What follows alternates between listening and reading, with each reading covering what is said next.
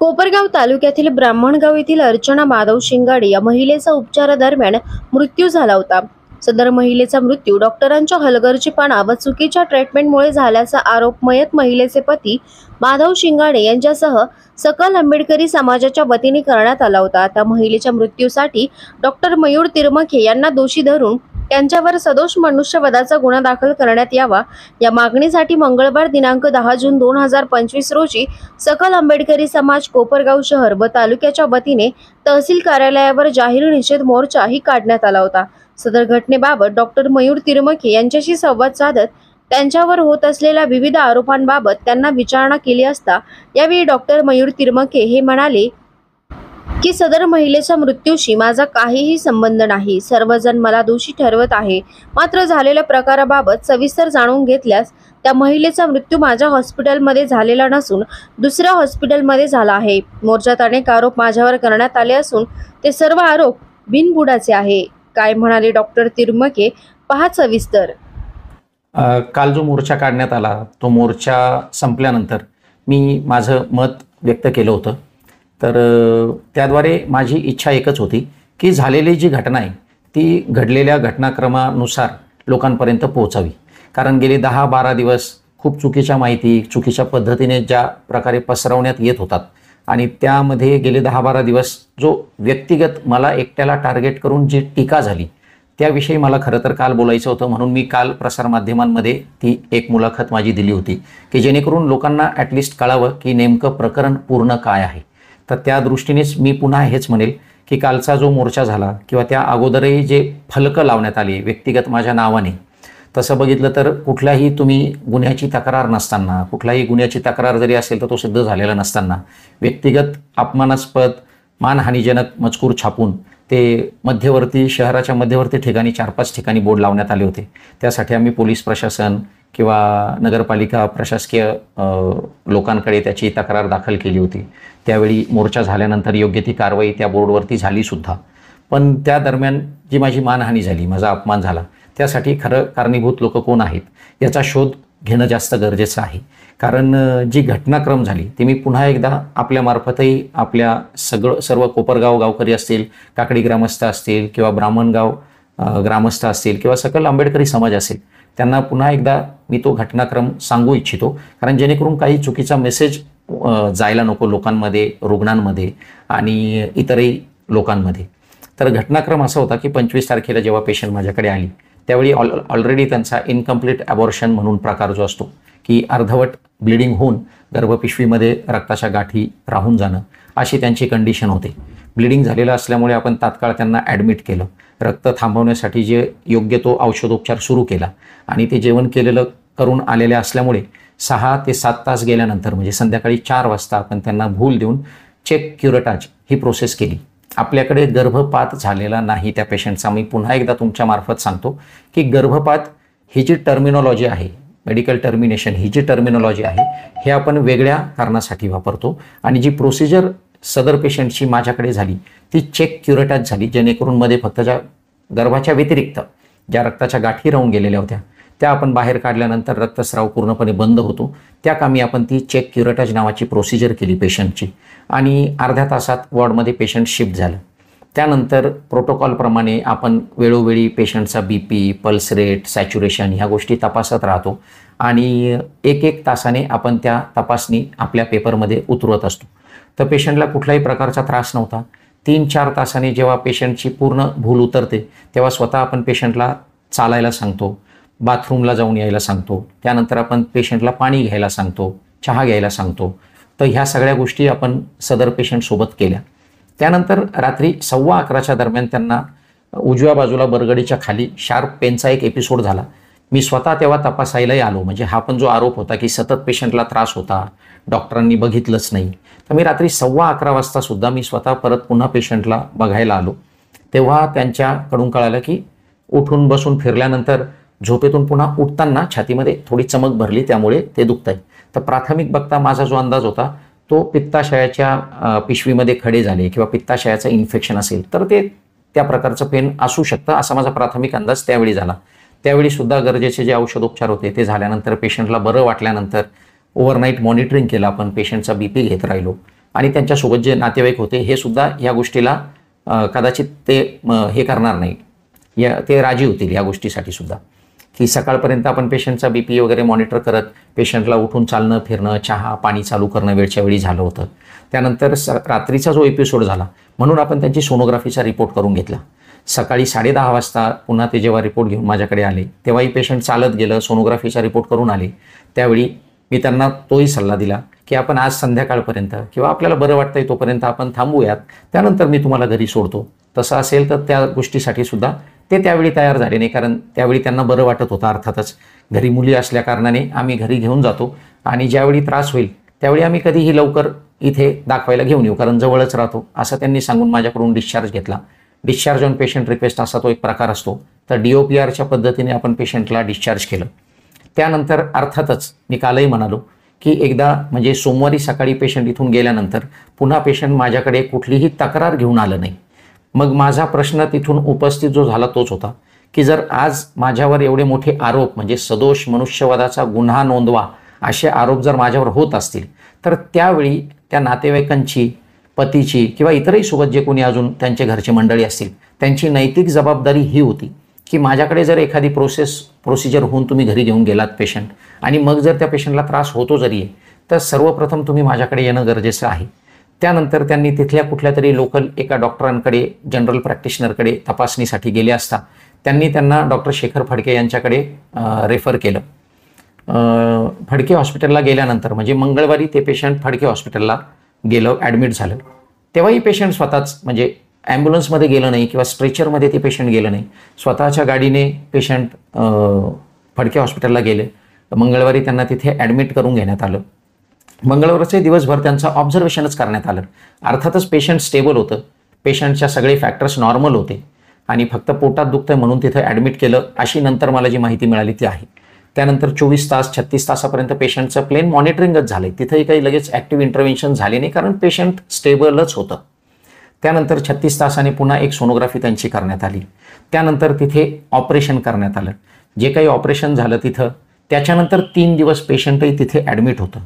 त्यानंतर आम्हाला असं कळालं की पेशंटची कंडिशन खूप बिकट आहे आणि तिला व्हेंटिलेटरी सपोर्ट लागण्याची गरज भासू शकते. पेशंट ऑक्सिजन सॅच्युरेशन मेंटेन करत नाही आहे, पेशंट दगावण्याची शक्यता आहे. अशी जेव्हा माहिती आमच्या कानावरती आली म्हणजे सोमवार नंतर थेट शुक्रवारी दुपारी, त्यावेळी मग अर्थातच त्यावेळी प्राथमिक आपला जो रिस्पॉन्स असतो तो असा असतो की पेशंट बरी होऊन घरी डिस्चार्ज व्हावी. त्यानंतरचे काय नातेवाईकांचे ॲलिगेशन्स असतील, आरोप असतील, त्याला आपण सामोरं जाऊ, पण तो जीव वाचणं महत्त्वाचं असतं. तर तसं काही न होता पेशंट दुर्दैवाने तिथे फडके हॉस्पिटल येथे 10:30च्या दरम्यान माझ्या माहितीनुसार त्या पेशंटचा तिथे मृत्यू झाला. तर मग मृत्यू झाल्यानंतर हे जे ॲलिगेशन्स माझ्यावरती यायला लागले म्हणजे मी रविवारी केलेली प्रोसिजर ते शुक्रवारी झालेली प्रत्यक्षात पेशंटची डेथ, यामध्ये 6 दिवसांचा गॅप आहे आणि ती परिस्थिती अशी जणू काही प्रेझेंट करण्यात आली की माझ्याकडे ऑपरेशन झालं, ते फसलं, चुकीचं ऑपरेशन झालं, त्यामुळे मग मी पेशंट दुसरीकडे शिफ्ट केलं आणि तिथे ते पेशंट लगेचच दगावलं, अशी जी रचना करण्यात आली त्या बातमीची, ह्यासाठी मला तर खरं तर जाब विचारावासा वाटतो अनेकांना. म्हणजे आपले रिपोर्टर प्रतिनिधी बंधू भगिनी असतील त्यांनाही मला जाब विचारावासा वाटतो. त्यानंतर ज्या हॉस्पिटलला म्हणजे फडके हॉस्पिटलला जिथे त्यांचं दुसरं ऑपरेशन झालं त्या डॉक्टरांनाही मला जाब विचारावासा वाटतो. नातेवाईक मला न दाखवता पेशंट परस्पर दुसऱ्या डॉक्टरांच्या सल्ल्यानुसार फडके हॉस्पिटलला का गेलेत तर त्यांनाही मला जाब विचारावासा वाटतो. जे कोणी नेते मंडळी यामध्ये सामील झाले, ज्यांनी कोणी प्रक्षोभक भाषणं केली, त्यांनी माझं नाव घेऊन माझी वैयक्तिक बदनामी करण्याचा कट केला, यामध्ये त्यांचा काही वैयक्तिक स्वार्थ होता का, ह्यासाठी मला त्यांनाही जाब विचारावासा वाटतो. त्यानंतर जे बोर्ड लागले त्यावेळी वेळीच कारवाई झाली नाही. मी पत्र दिलेलं असतानाही नगरपालिकेकडून सुद्धा योग्य वेळी योग्य कारवाई झाली नाही. त्यामुळे माझी जी मानहानी झाली, अपमान झाला, माझ्या अब्रूची नुकसान झाली, माझ्यासह माझा परिवार, माझ्यावर प्रेम करणारे लोक, पेशंट्स तेही आहेत, त्यांच्या मनावरती जी मानसिक स्थिती ओढवली त्यासाठी प्रशासनालाही मला जाब विचारावासा वाटतो. तर अशा बऱ्याच गोष्टी होत्या ज्यामध्ये की शेवटी तो मोर्चा झाल्यानंतर, सगळं झाल्यानंतर मला योग्य वाटलं की आता योग्य वेळ आहे की ही माझी बाजू मांडणं गरजेचं आहे. कारण आता खोटी बाजू जी होती ती लोकांना कळाली. आता लोकांना खरं काय आहे, खरा घटनाक्रम काय तो तरी ॲटलिस्ट कळावा.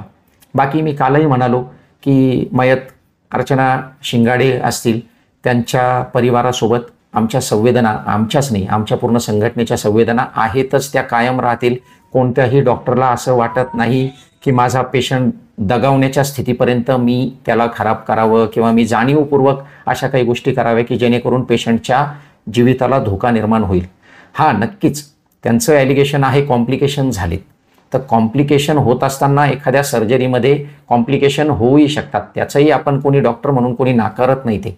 पण कॉम्प्लिकेशन होणं गोष्ट वेगळी आहे आणि त्यानंतर निग्लिजन्स होणं गोष्ट वेगळी आहे. तर मला जे वाटतं की मृत्यूला कारणीभूत कॉम्प्लिकेशन कधीच ठरत नाही, मृत्यूला कारणीभूत ठरतं ते निग्लिजन्स. आणि पेशंट एकदा माझ्याकडून घरी सुखरूप डिस्चार्ज झाल्यानंतर पेशंट माझ्याकडे आलंच नाही, नातेवाईकांनी माझ्याकडे आणलंच नाही. कोणत्याही डॉक्टरांनी, म्हणजे तिथंही त्यांनी जनरल प्रॅक्टिशनर्सकडे दाखवलं, त्या डॉक्टरांनी किंवा फडके डॉक्टरांनी मला असं पेशंट आपल्याकडे ॲडमिट झाल्याचं किंवा अशी कंप्लेंट घेऊन आल्याचं माझ्यापर्यंत कधीच निरोप पोचलाच नाही. त्यामुळे त्यानंतर मी त्या पेशंटला वाचवण्यासाठी माझे जे प्रयत्न होते, माझं जे ज्ञान होतं, माझं जे कसब होतं, ते वापरण्याचं मला संधीच मिळाली नाही. त्यामुळे त्यानंतर ज्या कोणी लोकांनी ह्या गोष्टीमध्ये इंटरेस्ट घेत, त्या गोष्टीचं पॉलिटिसाइज करत, त्याला राजकारणातलं थोडंसं वळण देत ही गोष्ट इतकी मोठ्या स्वरूपावर केली. आणि वैयक्तिक माझं पुन्हा पुन्हा म्हणणं तेच आहे की ज्या ठिकाणी घटना घडली त्या ठिकाणची, त्या हॉस्पिटलचं नावही न घेता, त्या डॉक्टरांचा नामोल्लेखही न करता तुम्ही इलेक्टिव्ह, सिलेक्टिव्ह मला एकट्याला बदनामी करण्याचं जे कारस्थान कट केलं, यामागे खरंच कुणाचा काय स्वार्थ होता, ते तसं का घडलं, यासाठी मला म्हणजे हा जाब मी आता कोणाला विचारावं असं मला वाटतंय. तर मी जे सांगितलं हे अगदी कळकळीने आणि जे काही खऱ्या गोष्टी आहेत, जो खरा घटनाक्रम आहे, खरं खोटं म्हणण्यापेक्षा जो खरा घटनाक्रम आहे तो मी तुम्हाला सांगितला. त्यानंतर मी नेहमी म्हणतो की न्याय प्रशासनेवरती, न्याय व्यवस्थेवरती किंवा न्याय प्रक्रियेवरती आपला जे सुज्ञ नागरिक आहे यांचा पूर्ण विश्वास आहे, संपूर्ण भरोसा आहे. आणि त्या न्यायपालिका आपल्याला ज्या प्रकारे, ज्या प्रक्रियेमध्ये आम्हाला आमच्याकडून मदत मागतील किंवा आमच्याकडून जे काही क्लॅरिफिकेशन्स मागतील ते आम्ही ऑलरेडी सबमिट केलेलं आहे. ग्रामीण रुग्णालय असेल, सिव्हिल हॉस्पिटल असेल किंवा पोलीस स्टेशन असेल, यामध्ये आम्हाला ज्या गोष्टीची ज्यावेळी विचारणा झाली त्यावेळी आमच्याकडून संपूर्ण सहकार्य आमच्या बाजूने आम्ही दाखवलेलं आहे. सर्व पेपरवर्क आम्ही तिथे सबमिट केलेले आहेत. यापुढे न्याय प्रक्रियेत ही गोष्ट एकदा प्रविष्ट झाली की त्यानंतर योग्य वेळी योग्य न्याय होईल, या बाबतीत आम्हाला काही शंका नाही. आणि हीच शंका मला वाटतं कोणीही बाळगू नये की आपल्या न्याय प्रक्रियेमध्ये गडबड असेल किंवा गडबड होईल, ही शंका मला वाटतं खरं तर कोणाच्याच डोक्यामध्ये येऊ नये. आणि ही जर शंका समोरच्यांच्याही डोक्यात नसती तर मला वाटतं ह्या गोष्टीचं विनाकारण भांडवल करून मला एकट्याला असं बदनाम करण्याचं कारस्थान रचल्या गेलं नसतं. यामध्ये कुठेतरी न्याय प्रक्रियेवरती अविश्वासही या लोकांनी सगळ्यांनी दाखवला असं मला वाटतं. त्यावेळी आपण पेशंटबद्दल बोलतो तर थोडं भावनिक होऊन बोलतो आपण, तर त्या गोष्टीचाही मी खुलासा असा करू इच्छितो की मी पैसे द्यायला कधीच तयार झालो नाही. माझ्याकडे पैशाची मागणी करण्यात आली आणि तो आकडा किंवा ती फिगर मी आता सांगू शकत नाही की ते म्हणजे आपल्या सर्वसामान्यांच्या विचारक्षमतेच्या पलीकडचा तो आकडा होता की अमुक इतक्या आकड्याची आम्हाला तुम्ही पैशाची मदत करा, म्हणजे मग आम्ही तुमच्यावरती केस करणार नाही, आम्ही मोर्चा करणार नाही, आम्ही बोर्ड जे लागलेले आहेत गावात ते काढून घेऊ, असं मला सांगण्यात आलं. आणि ह्यासाठीचे माझ्याकडे व्हिडिओ फुटेजेस आहेत, माझ्याकडे पैशाची मागणी झाल्याचे व्हिडिओ फुटेजेस माझ्याकडे पुरावा म्हणून आहेत. तर त्यामुळे असं कोणी म्हणू नये की मी पैसे द्यायला राजी झालो आणि तुम्ही ते नाकारले आणि मग तुम्ही. मला पुन्हा तेच म्हणायचं आहे की न्याय प्रक्रियेवरती विश्वास ठेवून, प्रशासनावरती विश्वास ठेवून, पोलिसांवरती विश्वास ठेवून जर आपण प्रक्रियेला योग्य त्या दिशेने नेत गेलो तर योग्य वेळी योग्य न्यायनिवाडा होईल आणि सगळ्यांना त्या गोष्टीमध्ये न्याय मिळेल, यावरती माझा तरी विश्वास आहे. बाबतीत मानसिक त्रास असं आहे की त्याला काही मोजमाप नाही आहे. जे मानसिक त्रास मला इतका झाला असं मी खरं तर सांगूही शकत नाही. पण एक गोष्ट मात्र नक्की की मी असेल, माझी फॅमिली असेल, माझी हॉस्पिटलची फॅमिली असेल, माझी पेशंट फॅमिली असेल, प्रत्येकजण माझ्या पाठीशी खंबीरपणे उभा होता.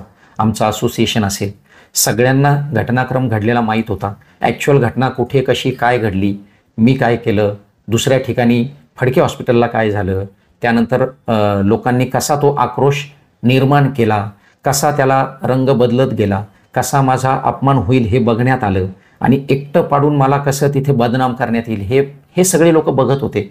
मला किमान रोज 50 फोन 100 फोन येत होते सर, मेसेजेस येत होते की डॉक्टर साहेब आम्ही तुमच्या पाठीशी आहोत. शेवटी काय ना, मी मागेही एकदा बोललो की जसं डेथ रजिस्टर मेन्शन करतो की आपल्या हॉस्पिटलला एखादी डेथ झाली, मृत्यू झाला, तर त्याची नोंद आपण करतो. जर डेथ होणं म्हणजे एखादा पेशंट वाचवण्याची, मृत्यूशय्येवरच्या पेशंटला वाचवण्यासाठीचं एखादं रजिस्टर असतं, तर नक्कीच माझ्यासारख्या डॉक्टरांकडे जर डेथ सर्टिफिकेट 2 पानाचं असेल डेथ रजिस्टर, तर माझ्याकडे त्यावेळी 2000 पानांचं माझ्याकडे डेथ अवॉइडन्स रजिस्टर नक्कीच राहिलं असतं की ज्यामध्ये आपण मृत्यूशय्येवरती किंवा त्या कठीण परिस्थितीमध्ये गेलेल्या पेशंटला की ज्याचा कधीही मृत्यू होऊ शकतो अशा पेशंटला आपण ज्यावेळी वाचवतो त्याची दुर्दैवाने आमच्या मेडिकल प्रॅक्टिशनर्सकडे काही नोंद नसती. ते चांगलं काम केलेलं एक तर आम्हाला माहीत असतं किंवा स्वतः त्या पेशंट आणि त्या पेशंटच्या फॅमिलीला माहीत असतं. पण हे असं काहीतरी त्याला चुकीचा रंग देऊन जास्तीत जास्त लोकांपर्यंत ह्या व्यक्तीची बदनामी कशी करण्यात येईल आणि ती बदनामी थांबवण्यासाठी किंवा लांबवण्यासाठी त्याच्याकडे खंडणी मागावी, हे खरं तर खूप मोठं दुर्दैव आहे. आणि असं जर रुग्णांच्या नातेवाईकांकडून, त्यांच्या आप्तेष्टांकडून आणि संबंधित संघटनांकडून जर होत असेल तर मला वाटतं कुठलाही डॉक्टर, कुठलाही वैद्यकीय व्यावसायिक जो क्रिटिकल केअर पेशंट मॅनेज करतो, हा उद्या कुठलाही क्रिटिकल पेशंट एक्सेप्ट करायला त्याचे नक्कीच हातपाय कापतील सर. प्रत्येकजण मग थोडासा सेफ प्रॅक्टिसकडे वळेल. आणि असं जर झालं तर आज 70 ते 75% जी आरोग्य सेवा आहे ते छोटे हॉस्पिटल पुरवतात, सिंगल हॉस्पिटल पुरवतात आणि आमच्यासारखे प्रायव्हेट प्रॅक्टिशनर्स या देशभरात पुरवतात. जर आमच्यासारखे छोटे प्रॅक्टिशनर्स, तालुका लेवलचे प्रॅक्टिशनर्स जर या गोष्टीला घाबरून उद्या पेशंट, आम्ही क्रिटिकल पेशंट जर घेणंच बंद केलं, जी आमचा राईट पण आहे, वी कॅन डिनाय पेशंट, हा आमचा राईट आहे, आम्ही नाही म्हणू शकतो कुठल्याही पेशंटला. जर तसं आम्ही चालू केलं डॉक्टरांनी तर तालुका लेवलच्या पेशंटला जिल्हा स्तरावरती जाण्याशिवाय पर्याय नाही. त्यानंतर आपल्या बाबतीत बोलायला झालं तर लोणी, नाशिक, अहमदनगर किंवा SMBT सारख्या मोठ्या इन्स्टिट्यूटपर्यंत पेशंट घेऊन जाण्याशिवाय पर्याय उरणार नाही सर. आणि जो गोल्डन आवर असतो क्रिटिकल पेशंटला मॅनेज करण्यासाठीचा, जो 1-1.5 तासाचा जो अवधी असतो, तो जर आपण प्रवासातच गमावणार असू आपण भविष्यात, तर मग जो फेटॅलिटी रेट आहे, पेशंट मृत्यू पावण्याचा जो रेट आहे, तो नक्कीच सर वाढलेला आपल्याला दिसेल कुठल्याही तालुका प्लेसला. तुमची आता पुढे भूमिका काय असणार? या प्रकरणात माझी भूमिका अशीच आहे की अजूनही काही लोक जर जाणीवपूर्वक प्रयत्न करत असेल माझी बदनामी करण्यासाठी, म्हणजे आता सत्य बाहेर आलेलं आहेच, खरा घटनाक्रम सगळ्यांच्या समोर आलेला आहे, एवढं होऊनही जर माझा म्हणजे ठरवून माझी बदनामी किंवा माझं नाव खराब करण्यासाठी कोणी जर पुढे सरसावत असेल, येत असेल, तर त्या लोकांशी मी सतत म्हणजे गेले 5-6 दिवस मी माझ्या लीगल टीमशी कॉन्टॅक्टमध्ये आहे, मी त्यांच्या संपर्कात आहे आणि त्यांच्या सल्ल्याप्रमाणे मग मी नाईलाजाने मला अशा लोकांवरती अब्रू नुकसानीचा खटला, दावा मला करावा लागेल. तर माझी पुढील भूमिका तेच राहील की आजपासून मी माझ्या बाजूने या गोष्टीला पूर्णविराम देण्याचा खरं तर मी ठरवलेलं आहे. यानंतर मी कदाचित कुठल्याही प्रसारमाध्यमांमध्ये या गोष्टीबद्दल बोलणारही नाही, कारण मला जे बोलायचं होतं ते मी काल आज बोलून झालं. माझी पुढची भूमिका हेच राहील की आता मला पुढच्या पेशंटला माझ्या बाजूने कशी जास्तीत जास्त चांगली सर्व्हिस देता येईल.